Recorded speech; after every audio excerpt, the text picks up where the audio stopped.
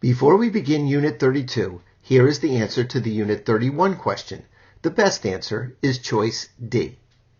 The United Nations has outlined what is termed their 17 Sustainable Development Goals, or SDGs, that serve as a roadmap for achieving a sustainable future for our species and planet. You've learned about the UN's SDG topics by participating in this program. SDGs aim to combat areas of concern including, but not limited to, good health and well-being, clean water and sanitation, clean energy, economic growth, innovation in infrastructure, reduced inequalities, sustainable cities and communities, recycling, climate change, clean oceans and water, soil conservation, and political justice. The UN is striving to achieve each of the SDG goals by the year 2030. Unit 32. Who are you to save the world? Unlike any other species, humans possess the unique ability to transform the Earth and alter ecosystems. With such an awesome power at our disposal, what role should we assume in the overall scheme of things? In order to answer this very important question, let's review the three major worldviews that we discussed earlier in this program. The anthropocentric worldview maintains that humans are the master species, exist independently of nature, and that it's our right to manage the resources of the world to meet our needs. At the other end of the spectrum is the ecocentric worldview. People that hold to this earth-centered viewpoint believe that human beings are part of and dependent on nature. Settling somewhere in the middle of these two philosophies is the biocentric worldview. In the last several hundred years, it seems that humans have chosen a path most resembling the anthropocentric worldview. People have certainly taken the liberty of extracting resources from the Earth and transforming the planet's environment to meet their own needs with little regard for other species, ecosystems, or natural resources. However, it's now becoming quite evident that even with our advances in technology and ability to develop innovative problem-solving strategies, overpopulation, environmental degradation, and resource depletion will eventually cause our untimely demise unless we change our ways. The problem with completely abandoning our current lifestyle and adopting an ecocentric worldview is that we have already changed the world so drastically and detached ourselves so far from nature that an immediate attempt to restore our species to its intended ecological niche is unrealistic. We can, however, begin to lessen our environmental impact and make attempts to redeem our species by using our technology to reverse as much environmental degradation as possible. Perhaps our role falls somewhere in between the biocentric and ecocentric worldviews. We can certainly get there, but we must be willing to make that journey together, and learning from nature is a great way to start. In recent years, people have been studying nature's secrets and learning from its wisdom. Scientists are starting to apply this newfound knowledge to both the regeneration of our environment and the improvement of human society. Biomimicry is the study of how natural systems function and the application of those concepts to solving environmental as well as everyday problems. Realize that in geological terms, humans are a relatively young species. However, many others have had billions of years to evolve in order to adapt to changing environmental conditions. As a result, nature provides numerous examples of simple and extremely energy-efficient problem-solving strategies. For example, did you know that a peacock's beautiful tail feathers get their colors by bending light in a manner similar to how water bends light to form a rainbow? Our society features all kinds of colored materials, items, and structures. Instead of using potentially hazardous paints and pigments, imagine if we applied this concept to decorating our own communities. Another great example is the strength of a spider's web. Did you know that on a per-weight basis, a spider's web is stronger than steel? In fact, if you research the field of biomimicry, you'll uncover a plethora of instances of Mother Nature demonstrating ingenious strategies that may allow us to still have what we want, but with much less waste and environmental impact. Perhaps, if humans put their egos aside long enough to become students of nature, we'll discover new and environmentally sound ways in which we can sustain our way of life without degrading the very life-supporting systems that provide for us. Teachers may not have all of the answers that will be needed to set the human race back on a sustainable path. However, we are certainly capable of preparing the next generation for the challenges they will be facing.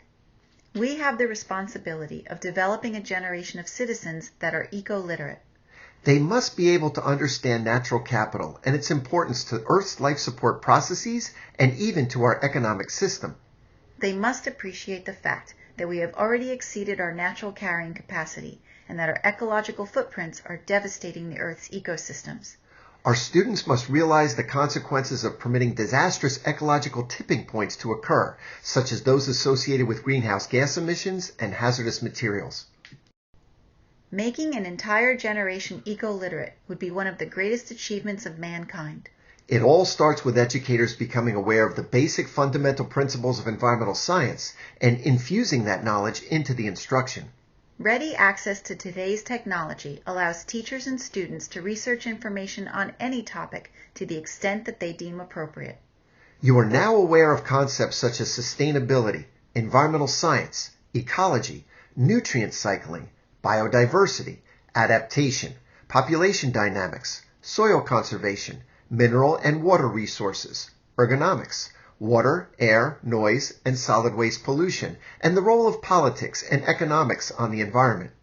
Armed with this information, your skills as an educator, and the United Nations by your side, you're ready.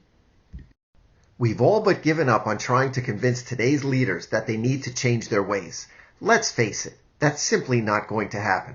However, we do believe that our future leaders can get the job done as long as we point them in the right direction. We encourage you to continue to find out more about environmental issues, and whenever possible, do your best to infuse these concepts into your daily instruction. If you'd like to examine some real success stories achieved by eco-conscious teachers just like you, we invite you to read our 2019 publication, See It's Happening, and you'll find that infusing environmental education into the instruction is not as hard as you might think. Finally, you should never feel alone. We founded Sustainable Education Associates because, as former public school educators, we believe in teachers and their ability to change the world. You should always feel free to contact us at www.seeyourfuture.net. We know why you became a teacher, and for that reason, we are optimistic about the future. Your students will now be able to experience and benefit from a truly sustainable education. Who are you to save the world? You're a teacher. Thank you, and good luck. Here is your question for Unit 32. Which of the following statements is false? Choice A. Making an entire generation eco-literate would be one of the greatest achievements of mankind, and it all starts with educators becoming aware of the basic fundamental principles of environmental science and infusing that knowledge into the instruction. Choice B. Ready access to today's technology allows teachers and students to research information on any topic to the extent that they deem appropriate. Choice C. You are now aware of concepts such as sustainability, environmental science, ecology, nutrient cycling, biodiversity, adaptation, population dynamics, soil conservation, mineral and water resources, ergonomics, water, air, noise, and solid waste pollution, and the role of politics and economics on the environment. Or choice D.